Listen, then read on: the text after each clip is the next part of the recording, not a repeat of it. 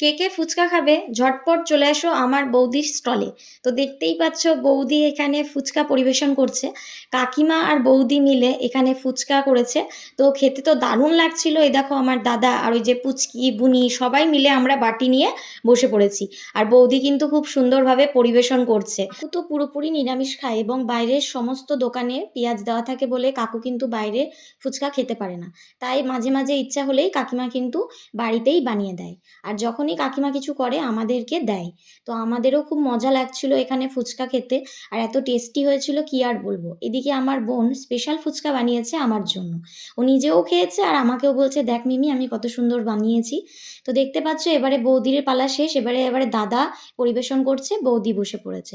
তো আমার কাকিমা আর বৌদি বসে পড়েছে আর এখানে তোমার দাদা পরিবেশন করছে। আমরা তো খুবই মজা করে খেলাম আর অনেকগুলোই খেলাম যেহেতু বাড়ির। তো দেখতেই পাচ্ছ আমার পুচকুটাও খাচ্ছে কত সুন্দর, এদিকে বুনি। আমরা তো দারুণ মজা করলাম। এইভাবেই কিন্তু বাড়িতে দেখবে বানিয়ে খাবে, তো তোমার ফ্যামিলির সাথে ভালো টাইম কাটানো হবে আর মজাও লাগবে বেশ। তো আমার ভিডিওটা যদি তোমাদের ভালো লেগে থাকে তো বেশি বেশি করে লাইক কমেন্ট অ্যান্ড সাবস্ক্রাইব করে দিও।